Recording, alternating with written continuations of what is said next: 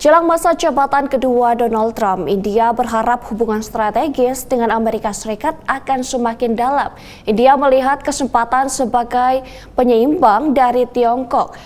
Tapi di sisi lain, India berharap bersiap menghadapi tantangan kebijakan perdagangan Trump. Berikut laporan Rio Tuasikal dari VOA. India optimistis bahwa hubungan dengan Amerika Serikat akan semakin dalam di bawah pemerintahan Donald Trump. Trump mengambil sikap keras terhadap Tiongkok selama kampanye, dan India adalah penyeimbang penting bagi Beijing di Indo-Pasifik. In fact, it was under his first term that the China question really gained currency and the China debate moved to a very different level. And I think India is hoping that perhaps he will build on it, and that will allow India and the US to find new ways to collaborate.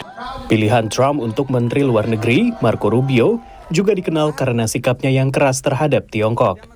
New Delhi telah mengindikasikan bahwa tidak seperti negara lain, mereka tidak cemas tentang masa jabatan kedua Trump. I remind you that actually the Quad was revived under a Trump presidency. Quad adalah kemitraan antara Amerika Serikat, Jepang, Australia, dan India. Itu memperkuat hubungan keamanan dan ekonomi di bawah masa jabatan pertama Trump. Enormous leapfrog happened, particularly in defense and security and R&D sectors during that period. Namun di sisi lain, India terus membangun hubungan dengan Rusia di tengah invasinya ke Ukraina. India berharap Trump akan mengambil pendekatan yang lebih lunak terhadap Rusia dan mendorong untuk mengakhiri perang di Ukraina, sehingga lebih mudah bagi India untuk menavigasi hubungan dengan Washington dan Moskow. It would make India a little more relaxed about in Russia not being under such extreme pressure to be becoming extremely dependent on China. Namun kebijakan perdagangan Trump dapat membawa tekanan pada India. Dalam masa kampanye, Donald Trump menyebut India sebagai penyalahguna besar tarif. Dia pun menyerukan kepada New Delhi untuk menurunkan bea masuk pada impor Amerika, serta menarik status perdagangan preferensial dari New Delhi.